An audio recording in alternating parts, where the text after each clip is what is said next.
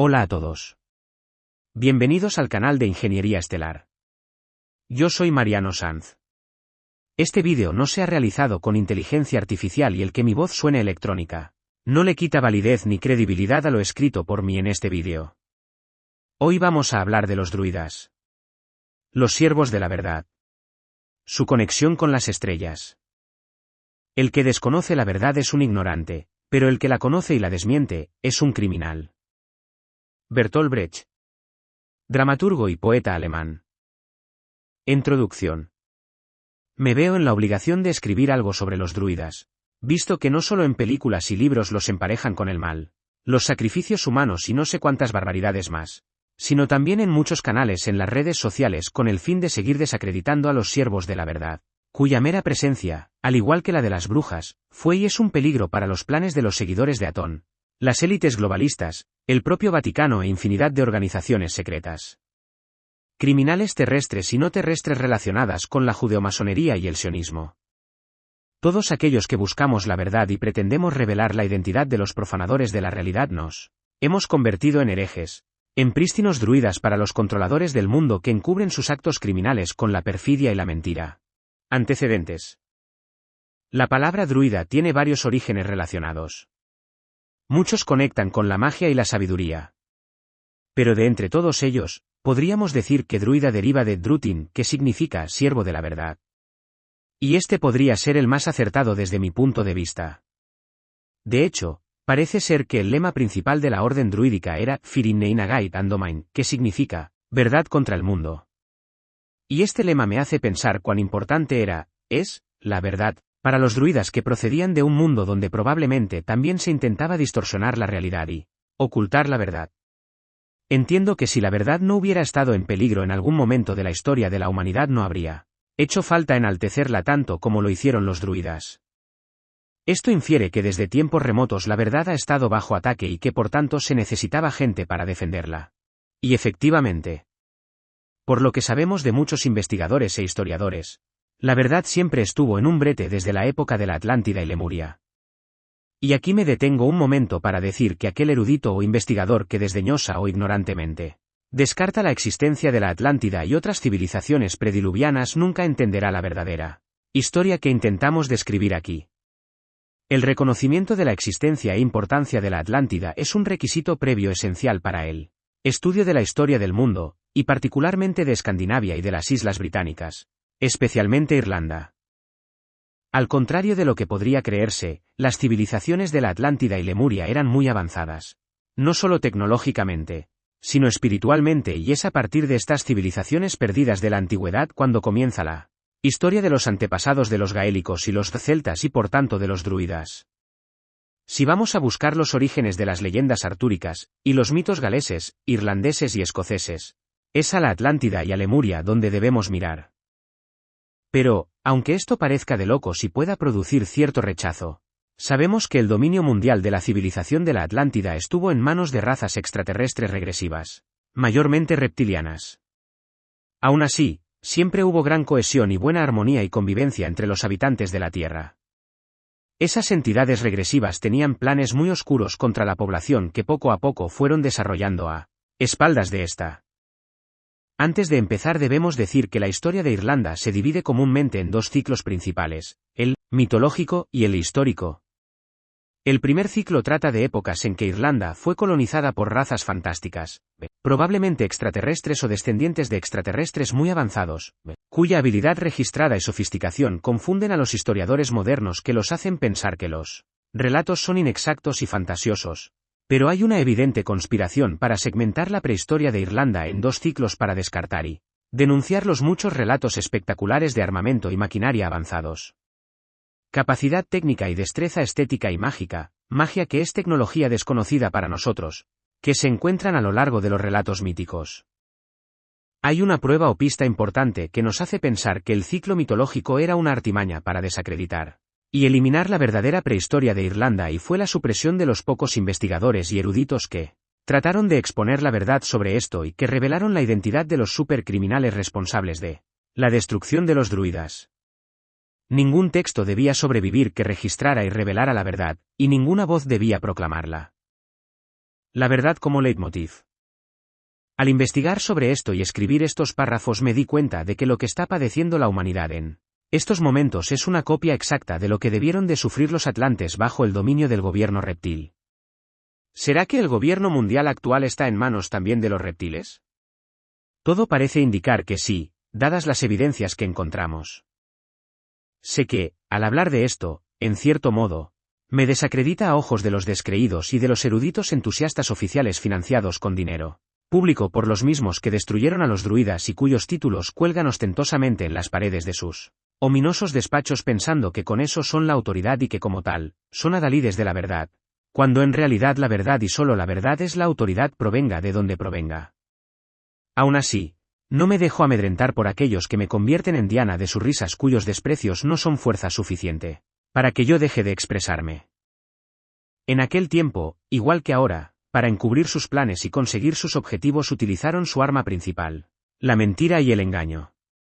Sin embargo, había un grupo poderoso de lemurianos que sabían lo que estaban haciendo con la población de la Atlántida y era necesario que esa población fuera consciente de lo que estaban tramando.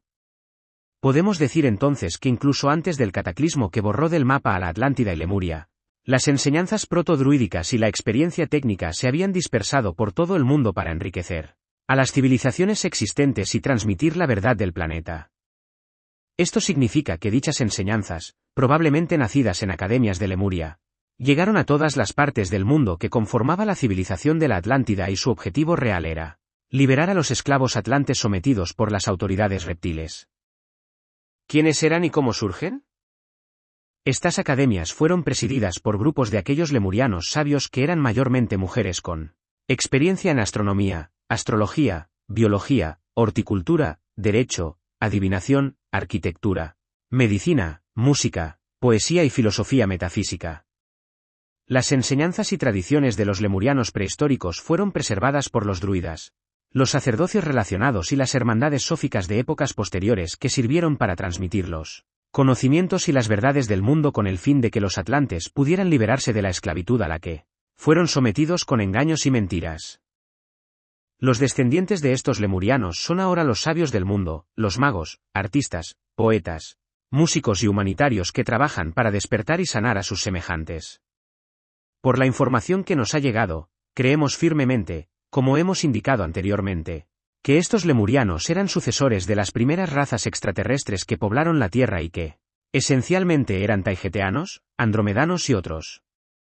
De esos grupos nacieron los siervos de la verdad, porque lo que querían por encima de todo era salvaguardar la verdad y barrer con las mentiras de los viejos gobernantes regresivos, y de esos grupos nacieron los druidas. Debido a una guerra cruenta desatada por los reptiles tanto en tierra como en el espacio para acabar con los molestos lemurianos que desbarataban sus planes, se produjo hace unos 12.500 años una catástrofe cósmica que afectó a varios planetas del sistema solar, siendo destruido uno de ellos. Los restos se encuentran en el actual cinturón de asteroides entre Marte y Júpiter, y que cuya destrucción produjo el cataclismo en la Tierra que destruyó la Atlántida y Lemuria y asoló cada rincón del planeta, y que la Biblia llamó diluvio universal.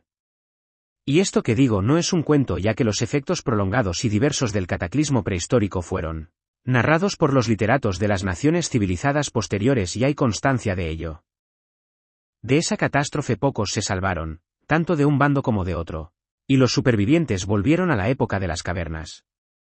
La tecnología existente quedó destruida, pero el odio que desencadenó la guerra entre los reptiles atlantes y los lemurianos siguió vivo tras el cataclismo, hasta el día de hoy. El trauma que tal devastación produjo en las mentes de los hombres fue tal que hoy en día seguimos sufriendo sus efectos y cuyos miedos engendrados son los responsables de la creación de muchos egregores y tulpas negativos que dominan nuestra esencia como humanos.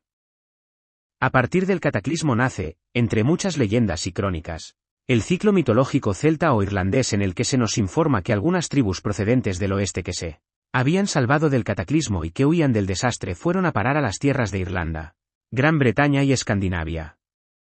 Una de estas tribus era los Tuatha de Danann, que era una poderosa tribu de druidas altamente tecnológica y que poseían barcos, ejércitos, trabajaban los metales, tenían un cuerpo organizado de cirujanos, cuyo deber era atender a los heridos en la batalla, y también tenían una clase bárdica o druida, para preservar la historia del país y las hazañas de héroes.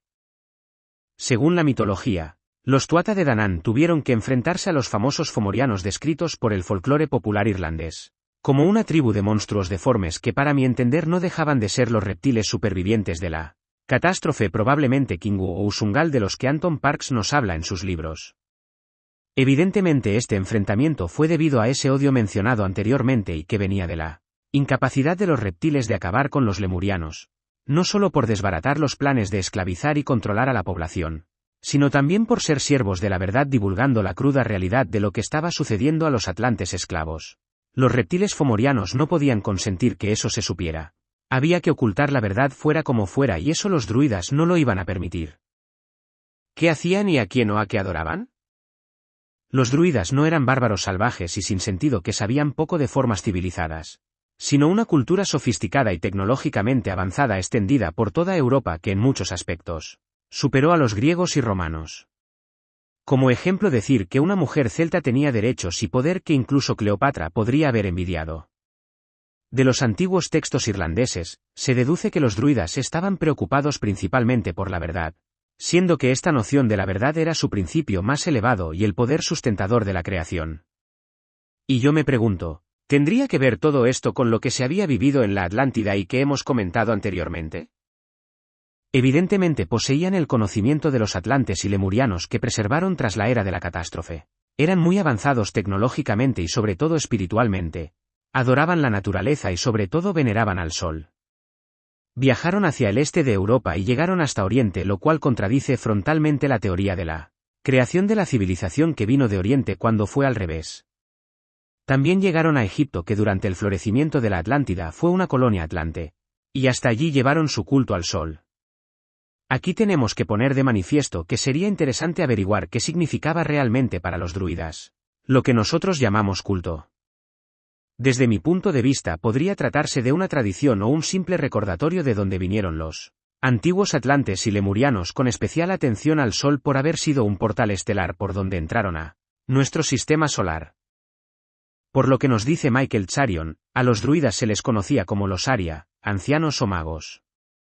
Aria, o Ario, viene de Erin y Eri o Ari se refería a la tierra de Irlanda. Aria o Arian, a un hombre de la tierra, es decir, a un anciano iniciado en los misterios de la tierra y el cielo. Serían estos Arian aquellos a los que las mujeres lemurianas infiltradas en la Atlántida instruyeron con él conocimiento en todas las áreas del saber y con la verdad de lo que estaba ocurriendo. Eran hombres y mujeres purificados seleccionados para trabajar con las energías sutiles de la tierra. Pocos eran lo suficientemente puros para tal ciencia.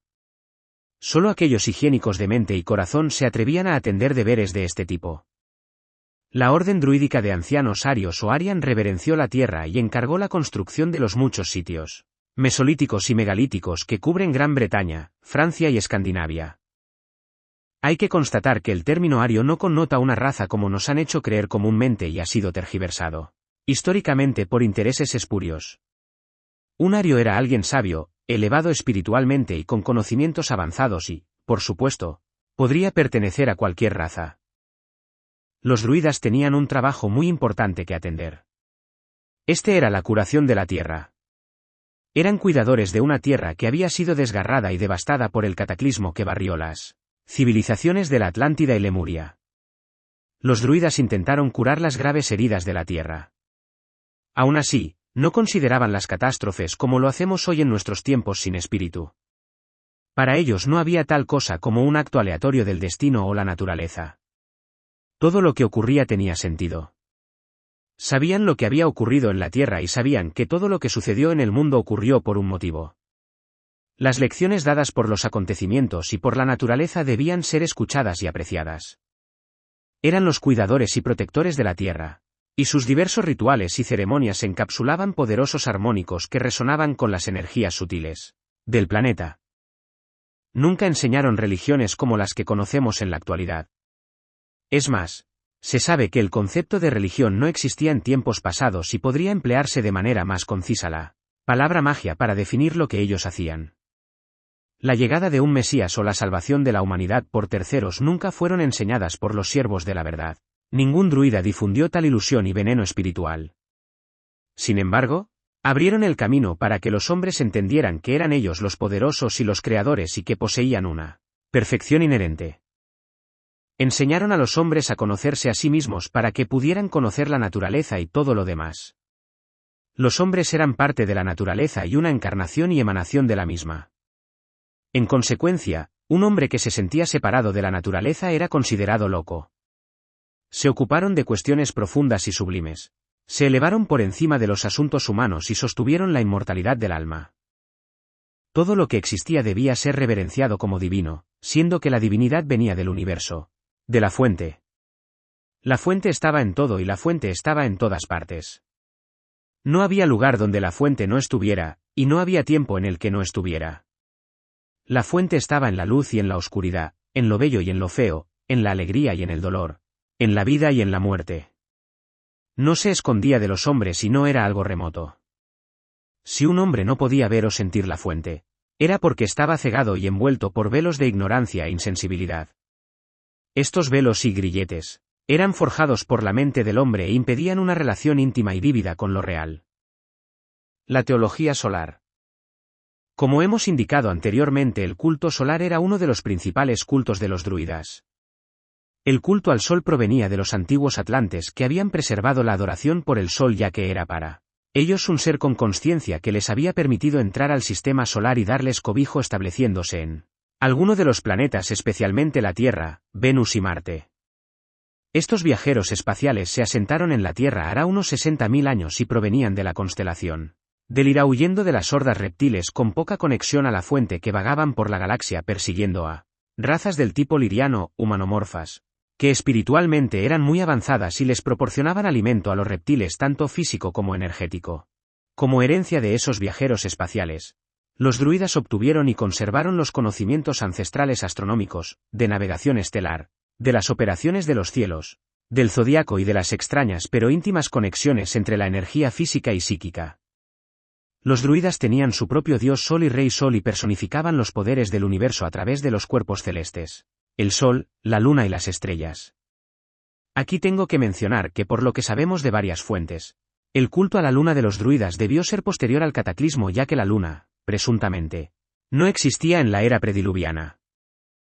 La mayoría de lo que se considera leyendas son metáforas de la tradición y conocimiento estelar y encapsulan fenómenos celestes como el movimiento de los planetas y luminarias, el Sol y la Luna, a lo largo de la eclíptica. El conocimiento druídico de la astromancia, adivinación usando las estrellas, fue transcrito por los bardos, poetas, ovates, jueces, y juglares, cantantes, en canciones, cuentos y leyendas de personalidades históricas sin existencia física. La idea era que los mortales debían modelarse a sí mismos en estos personajes ficticios pero arquetípicos.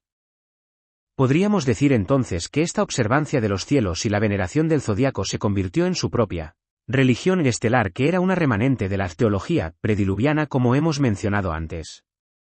Tan importante era esto para los druidas que sus conocimientos y tradiciones fueron flagrantemente apropiados y pervertidos por sus archienemigos, los atonistas, seguidores del culto a Atón, cuyos descendientes biológicos e ideológicos gobiernan clandestinamente el mundo hasta el día de hoy. De esta manera se construye la Biblia cristiana que, no solo se basa en la filosofía de los druidas, sino también en un testamento cósmico disfrazado de biografía e historia de personajes físicos que en su mayor parte no tuvieron existencia histórica y que convirtieron la Biblia en una historia fascinante que debía ser contada. Y dicho esto, vislumbramos que las enseñanzas del cristianismo romano son una caricatura de los antiguos principios del druidismo. La gnosis concerniente al yo, el mundo y el cosmos, que el druida infundió en el mundo, fue corrompida por los atonistas de Gran Bretaña y Roma. Hablaremos más adelante de quiénes son estos atonistas y cuál es su papel en toda esta historia. ¿Dónde viajaban y qué relación tenían con Egipto? Trasladarse al pasado 12.500 años o más es complicado y nos podemos hacer una ligera idea de lo que sucedía en la prehistoria gracias a leyendas, documentos antiguos, crónicas, tradiciones orales y el arduo trabajo de infinidad de historiadores e investigadores que han escarbado en nuestro pasado remoto. Michael Charion nos dice que tras la era de la catástrofe hubo un desplazamiento de supervivientes que vinieron desde el oeste y se asentaron en Irlanda y posteriormente, quizás cientos de años después, desde Irlanda se expandieron por toda Europa y mucho más al oriente. Los druidas establecieron escuelas de misterios en todos los rincones más remotos del mundo. Los druidas llevaban su conocimiento y simbolismo donde quiera que iban. Como resultado, los ancianos druidas eran consejeros enaltecidos en muchas grandes cortes reales. Como Merlín fue tutor del rey Arturo, los magos druidas enseñaron a los muchos príncipes y reyes que los buscaron. Eran especialmente estimados en Egipto, la tierra que se había beneficiado de su conocimiento, de la arquitectura y la astronomía. Sarion menciona a los Ibaru que eran ancianos druídicos que viajaron a Egipto en periodos remotos llevando la adoración solar con ellos. Sarion indica que estos Ibaru pudieron ser perfectamente los luvitas, que fueron un grupo de pueblos anatolios que vivía en el centro, oeste y sur de Asia Menor, así como la parte norte del Levante occidental en la Edad del Bronce y la Edad del Hierro. Cabría preguntarse, si estos Ibaru viajaron a Egipto tras la era de la catástrofe o ya lo hacían antes, puesto que Irlanda y Egipto eran colonias de la Atlántida, como así lo dice Ignatius Donnelly en su obra, La Atlántida, el mundo antediluviano. Puede ser que se dieran los dos casos. Soy propenso a pensar que tras el cataclismo viajaron a Egipto, pues ya lo conocían y porque allí se estaba procediendo, con ayuda más que factible de extraterrestres, a la reconstrucción de la colonia atlante devastada por el cataclismo y a la construcción de las pirámides de la planicie de Giza como un intento de restaurar la generación de energía libre en todo el planeta. Por lo dicho anteriormente, podría ser que los Ibaru tuvieran que ver con los Tuatha de Danann o incluso que fueran estos mismos. Lo que sí nos asegura Sarion es que los luvitas predinásticos eran los famosos Tamou o Chem-Suhor, los discípulos o seguidores de Horus, la raza alta, de tez clara y técnicamente competente, cuyos restos fueron encontrados bajo las arenas de Nubia por el eminente arqueólogo profesor Walter B. Emery, por lo que cabe preguntarse si Horus no sería un maestro o mentor extraterrestre de los Ibaru o descendiente de las razas extraterrestres que poblaron en tiempos remotos Lemuria y la Atlántida, que vino a ayudar tras el cataclismo. Y puestos a cuestionar, ¿no sería este culto solar egipcio, culto a Amón, traído por los druidas, la tradición oral de las historias de los lirianos antiguos que vinieron a la Tierra, utilizando el portal del Sol? Durante milenios, los druidas fueron colegas cercanos de los amonistas, seguidores del culto a Amón, egipcios. De hecho, en nuestra mente los términos druida y amonista se refieren al mismo grupo de sabios ancianos. En cualquier caso, los primeros sirvieron como consejeros, y tal vez incluso iniciadores de los primeros reyes y faraones egipcios de la primera dinastía. Como cosa curiosa, decir que el faraón de la primera dinastía Menes está enterrado en Irlanda y la tumba en Egipto solo es un cenotafio vacío. El faraón Akenatón y el culto a Atón.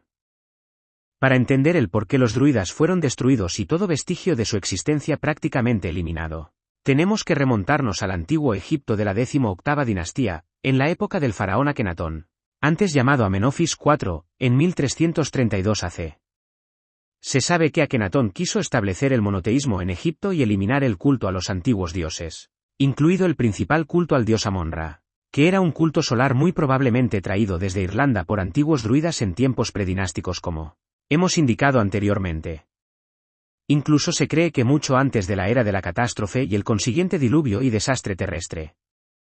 Por lo que hemos deducido del estudio de este personaje, creemos que Akenatón tenía una genética alienígena o probablemente era el resultado de una hibridación con una raza extraterrestre a la que obedecía ciegamente y consideraba su dios.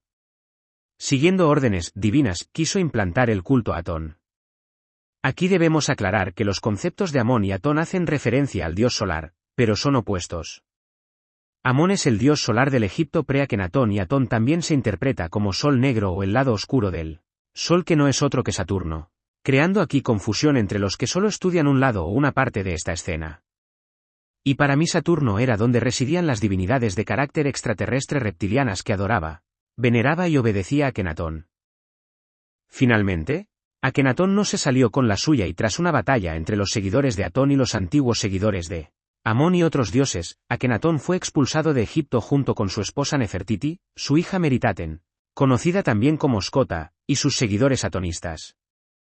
Algunos historiadores dicen que Nefertiti murió como consecuencia de las muchas plagas que asoló Egipto en aquella época, pero que nosotros entendemos que su muerte pudo haber sido debida a un efecto colateral del enfrentamiento entre los seguidores de Amón y los seguidores de Atón. De esta expulsión nacería el mito del éxodo bíblico, donde Akenatón se convertiría en Moisés y los egipcios seguidores atonistas se convertirían falsamente en israelitas esclavos y en el pueblo elegido. Cuando Akenatón salió de Egipto dijo que jamás volvería, pero que se vengaría por dicha afrenta. Esto es importante y hay que tenerlo muy en cuenta porque sería la semilla que destruiría el druidismo. Es entonces cuando Moisés Akenatón tiene su encuentro con Yahvé Jehová Atón en su zarza ardiente, que no era más que una delegación alienígena reptiliana venida en su nave refulgente desde su cuartel general, en la órbita de Saturno. En este encuentro de la tercera fase, es donde el títere de Akenatón recibe las directrices de cómo debía de proceder a partir de ese momento y qué acciones debía de poner en marcha para que su dios Yahvé Jehová Atón estuviera contento con él y consiguiera los objetivos que desde los tiempos de la Atlántida había anhelado: subyugar a la humanidad, esclavizarla y estabularla para convertirla en alimento. Los milesianos y el objetivo del atonismo. Poco tiempo después del encuentro alien, Akenatón Moisés muere y su hija Meritaten toma el mando. Casada con un rey escita llamado Mil, se convertiría en la mujer más poderosa de aquellos tiempos y con su ejército de seguidores atonistas se transformarían en los famosos milesianos. Tras su expulsión de Egipto, los milesianos atonistas encabezados por Meritaten y Mil pusieron rumbo al oeste, y ellos o sus descendientes llegaron hasta las costas de Irlanda. Allí estaban sus raíces y sus antecesores venían de allí. Regresar a la antigua patria fue un paso muy importante para los atonistas desplazados y despreciados. Desde allí establecerían nuevos imperios en nombre de Atón, señor de la luz, de su luz, la luz de Saturno. Probablemente pensaron que serían bienvenidos a la tierra de sus antepasados, pero estaban equivocados. Suponemos que los druidas negaron cautelosamente la entrada a los atonistas. Como resultado de este rechazo, los atonistas consideraban a los druidas los principales sacerdotes del culto solar a Amón-Ra y los que sabían la verdad de lo ocurrido en tiempos pretéritos en la Atlántida y Lemuria y que esa verdad estaba siendo difundida por todo el globo y esto no podía ser permitido por los atonistas y sus jefes. Estos druidas eran inherentemente antiatonistas y antimilesianos y su antipatía hacia los atonistas no pasaría desapercibida. La venganza de Akenatón comenzaría a plasmarse con el estallido de una guerra abierta. Finalmente, los milesianos atonistas invadirían Irlanda y vencerían a los Tuatha de Danann, posiblemente los primeros druidas que cayeron bajo su espada, dando comienzo el ciclo histórico de Irlanda y cerrando el ciclo mitológico. La historia de Miliscota es la historia de Akenatón y sus descendientes. Es la historia de los que se hicieron llamar israelitas.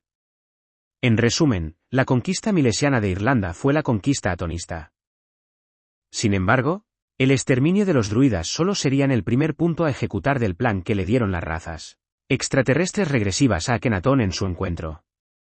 Ha de quedar claro que al contrario de cómo se nos ha hecho creer, esta campaña de erradicación no comenzó con romanos, normandos o cristianos.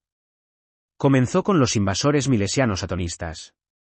Había que encubrir la verdad y plagar el mundo de mentiras por las que los siervos de la verdad serían aniquilados, y eliminarían deliberadamente la cultura megalítica original que una vez prosperó allí, no sin antes asimilar y apropiarse gradualmente de la gnosis de los druidas y de los bardos. Los atonistas canibalizaron muchos elementos de los sabios ancianos que suplantaron. ¿Por qué les dieron caza, y por qué los han desacreditado y denostado, denigrado, ultrajado, vilipendiado, descalificado y acusado de cometer sacrificios humanos y animales hasta el día de hoy? Básicamente ya está explicado el por qué fueron eliminados de la faz de la Tierra. Eran un escollo para poner en marcha los planes de las entidades regresivas reptilianas ejecutados por sus lugartenientes atonistas.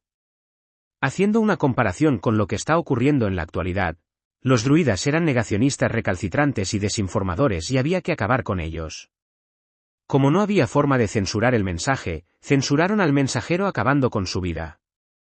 Godfrey Higgins escribió sobre los druidas y su rebelión contra la dominación extranjera. Este magistrado y terrateniente inglés, destacado defensor de la reforma social, historiador y anticuario, escribía que los atonistas y sus secuaces romanos nunca habrían sido capaces de establecer su imperio corrupto sobre las islas británicas y el resto del mundo mientras los siervos de la verdad respiraran. Estos fueron los más vigorosos defensores de la libertad de su país contra los romanos, incitando constantemente a sus compatriotas, después de cada derrota, a nuevas insurrecciones. En otras palabras, el motivo de la destrucción de los druidas se debió a la política dentro de Irlanda, en lugar de la animosidad del extranjero como nos han hecho creer. Podríamos hablar de más cosas al respecto de todo esto, pero nos llevaría más tiempo del que nos habíamos propuesto y este artículo sería demasiado largo. Quizás en otra ocasión podríamos hablar lo que se ha hecho para destruir la historia de los druidas, Oscurecer las antiguas conexiones entre Irlanda y Egipto y desarrollar más en detalle por qué el judaísmo y el cristianismo son una perversión del druidismo y se originan de la misma fuente. Y esa fuente es Egipto y a su vez, la cultura y la religión egipcias también tenían su fuente y esa fuente era Irlanda. La tradición druídica de Irlanda que enseñaba la inmortalidad del alma y la necesidad de una vida de pureza moral también tuvo su origen en las civilizaciones prediluvianas de la Atlántida y Lemuria. Casi todo rastro de lo que existía antes fue borrado, por lo que pocos sospecharían que algo andaba mal. Las ideologías antihumanas de los atonistas egipcios, británicos y romanos seguramente habrían fracasado si el druidismo hubiera perdurado para guiar los corazones y las mentes de los hombres. La historia de Irlanda y Albión comenzó cuando los atonistas y sus historiadores financiados dijeron que comenzó. Lo que existía antes de las fechas oficiales dadas era un extraño y fantasioso ciclo mitológico, de poca importancia. Así ha permanecido durante miles de años. Y no solamente todo lo que era druidismo desapareció. Podemos hablar, por ejemplo, de cómo la Iglesia instigó la famosa Cruzada Albigense, para aniquilar a los cátaros, ver mi artículo sobre este tema. Del sur de Francia principalmente porque la secta estaba volviendo a las formas druídicas. Los druidas habían sido una vez fuertes en la región donde se situaban los cátaros, por lo que no es sorprendente que elementos de su antigua religión impregnaran este movimiento ostensiblemente cristiano. Desafortunadamente, los cátaros, como tantas sectas gnósticas, pagaron un alto precio por su herejía teológica y descaro. Desgraciadamente, la destrucción de los druidas y la subyugación de los irlandeses son poco más que breves notas a pie de página en la mayoría de los libros de historia. Como hacíamos mención al principio de este artículo, la mayor falsedad hacia los druidas es la afirmación de que eran bárbaros sacrificadores de animales y humanos. La imagen de altares empapados de sangre y hombres de mimbre quemados en rituales enferma a los incautos y miopes lectores y ayuda a engrandecer a los secuaces del cristianismo, haciéndolos parecer humanos y elevados en espíritu comparados con los monstruosos druidas. En verdad, no existe ni un solo relato fáctico de tales prácticas entre los druidas. La ficción de su manía por el sacrificio es pura propaganda. Naturalmente, esto tiene sentido porque los sacerdotes y literatos del mundo, los brahmanes y arios, los egipcios y los persas difícilmente habrían tenido a los druidas en tan alta estima si los sacrificios sangrientos fueran su deporte. Peter Beresford Ellis ya mencionaba en su libro Druidas el espíritu del mundo celta, que los romanos se inventaron la historia de los sacrificios humanos de los druidas para justificar su eliminación y la invasión de sus territorios. Pero a pesar de todo el esfuerzo por desacreditar a los druidas y la propaganda en contra de ellos, lo que los atonistas genocidas no esperaban es que el prístino druidismo resurgiría nuevamente con fuerza siglos después para volver a sacar la verdad de donde la enterraron y empiezan a sentirse amenazados porque esta vez la guerra es la definitiva y la fuerza y el espíritu de los siervos de la verdad es tan contundente que no les queda otra cosa que acelerar sus agendas atropelladamente en un intento de evitar que todos nos convirtamos en druidas y acabemos con ellos. Lo quieran o no, miles de años después, el final de su dominación y de sus días ha llegado. Conclusiones. Que los atonistas siguen activos hoy en día con su culto a Atón ejerciendo control sobre sociedades secretas judeomasónicas, Vaticano y otras y estas a su vez sobre los títeres y agentes como BlackRock, Vanguard, Soros, Rockefeller, Rothschild, Klaus Schwab, Bill Gates, Obama, Sánchez, von der Leyen, Zapatero, Biden, etcétera, etcétera. De eso no me cabe la menor duda. Que Atón es igual a Yahvé, es igual a Jehová o es igual a la corporación reptil altamente regresiva y malvada que reside en Saturno. No me cabe la menor duda. Que los atonistas son los lugartenientes de entidades no humanas altamente regresivas y siguen a pies juntillas sus órdenes. Tampoco me cabe la menor duda. Que esas órdenes fueron dadas oralmente por los reptiles a Akenatón Moisés en el monte Sinaí o donde quiera que fuese y siguen en vigor salvo actualización, no me cabe la menor duda. Que el archivo milenario de conocimiento poseído y puesto a buen uso por los antiguos druidas y sus antepasados, fue apropiado y pervertido por los atonistas y se ha utilizado como arma contra la humanidad, no me cabe la menor duda. Que los planes de estas entidades de aniquilar a la mayoría de la humanidad y esclavizar al resto siguen vigentes. Desde los tiempos de la Atlántida, no tengo la menor duda. Que han esperado este momento porque la tecnología está lo suficientemente avanzada para poner en marcha sus agendas. No me cabe la menor duda. Que están acelerando sus agendas porque ven que nuevos druidas infiltrados en la sociedad empiezan a despertar de un largo letargo, a difundir la verdad y hacen peligrar sus planes, no me cabe la menor de las dudas. Que los Atonista, sus malditos jefes y toda la maldad de la tierra tiene sus días contados, sí, así es. Hemos llegado al final del vídeo. Espero que os haya gustado. Compartid y dad me gusta. Muchas gracias y nos vemos en los próximos trabajos.